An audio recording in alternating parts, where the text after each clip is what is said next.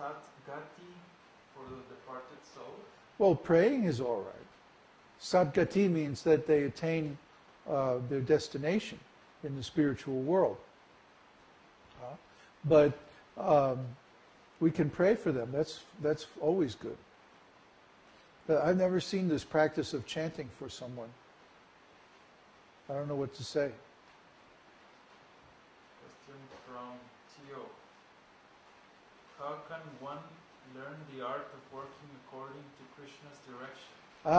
Third chapter, Bhagavad-gītā, Karma Yoga. Okay. It's longer, but it's similar. Is some specific? How can one tell what Krishna wants? How are you supposed to be able to perceive this? Is it something to do with how pure you are? How much Navayovana. That's a Navayovana question. Well, how do you know when you eat a very nice meal? How do you know when you're full? How do you know when you're happy? How do you know when you're tired? How do you know when you wake up in the morning? How do you know anything? It's not a rhetorical question. I'm asking, how do you know? How do you know these things? You sense it directly. Just like if we eat a very nice meal, at the end, we're fully satisfied. We feel full. The question, how do you know you're full? Well, because I can feel it.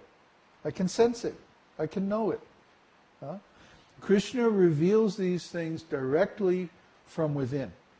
Krishna is in our heart as the super soul. And he can give, he says in Bhagavad-gītā, that I give knowledge and memory and forgetfulness according to the qualification of the soul, according to his work, according to his intentions. So, if our intention is to please Krishna, then Krishna is going to give us the knowledge and facility to please him. And we all experience this every day.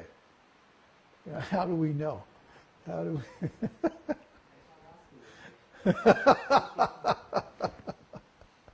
How do you know? How do you know when you are happy? Does a little sign pop up in your corner of your eyeball? Ding, happy. No, you just know. You just know. Krishna gives you the knowledge. So similarly, Krishna gives you the knowledge when he's pleased or when he's displeased. Or he gives you the knowledge that is required to serve him in a way that he requires. This is transcendental. This cannot be reduced to some kind of intellectual process. You see? We are conditioned to think that knowing about something is the same as knowing it directly, which are two different things. I can know about the process of devotional service intellectually, but that's very different from actually knowing and experiencing the same process for oneself. See? I can know all about flying a plane. See? You have the airspeed, and the shape of the wing creates lift, and then the control surfaces adjust the flow of air so that it changes the attitude of the airframe and the balance and the center of gravity and the power and da-da-da-da-da-da. I can know all about it theoretically. But when you get in the plane the first time and you pull on that throttle and it starts rolling down the runway, oh boy, that is a whole different experience than sitting there with the slide rule and calculating your rate of climb and stuff like that. Whole different experience. So similarly, you can know in theory about all these things, but to actually experience them is a completely different thing. And that only comes from practice. You have to practice. You know, it's just like somebody might say, if I'm playing some music. Well, how did you know that you had to stress that note just like that to get that particular feeling? Well, it's like, you know, how do you know that you have to eat or sleep or go to the bathroom? I mean, you just know. You just know. And you don't think about the process of how. It just comes to you. Huh?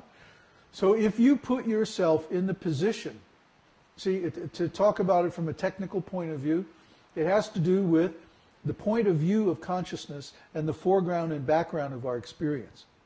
If you put yourself, if you assume the point of view where the background is the science of devotional service, then your experience will automatically register meanings in that category of consciousness. I probably just lost 95% of everybody. Oh well. You just have to experience it. Perform it, do it, try it, get experience.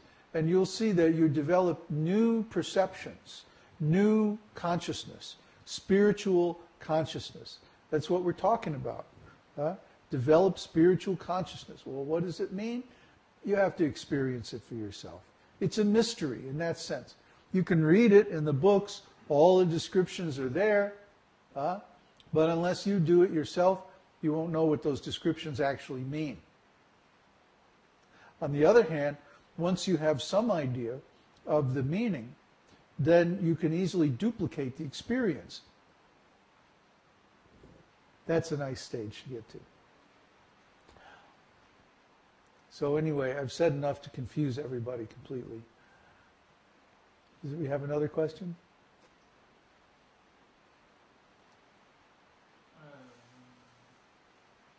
Peter added, direct perception bypasses the mental plane, so it's not something we can use the mind or intelligence to figure out. Right. Sounds like you have some experience of that, Peter.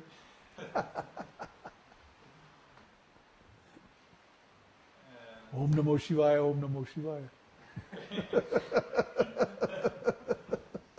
Haro said, so was it okay that I was dismissed 30 days before graduation for a lack of attendance? I think I did the right thing. My teachers were so sarcastic and thought we were so unattentive. Well, unattentive to what? Being trained as a slave?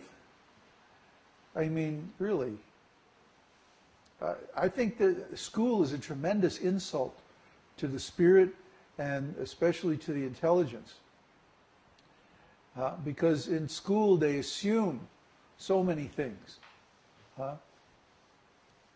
They don't bother to check with you and see what you want to do with your life. They automatically assume, oh, you're just going to be a wage slave in a corporation for the rest of your life, so here's the curriculum.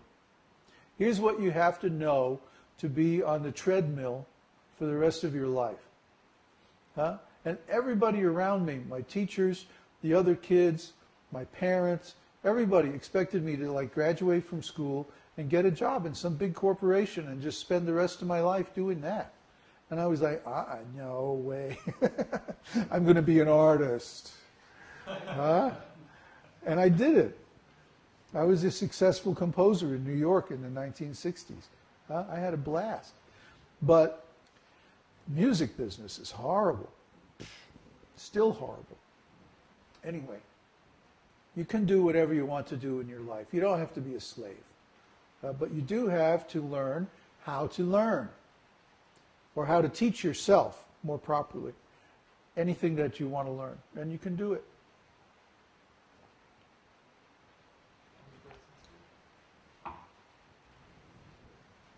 Questions? No questions? No? No. Okay. What time is it? So let me load the prayers so people can read. Okay. What's this? F. It stays remarkably stable, huh? Good job, Kṛṣṇa.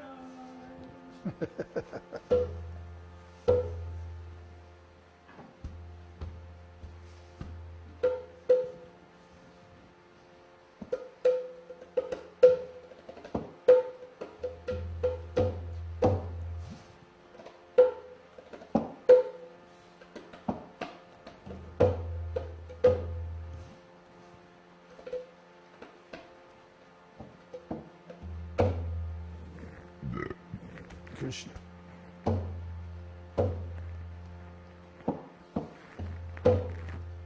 Okay? Okay, the prayers are there. The translation. Namaste Nṛsiṁhaya.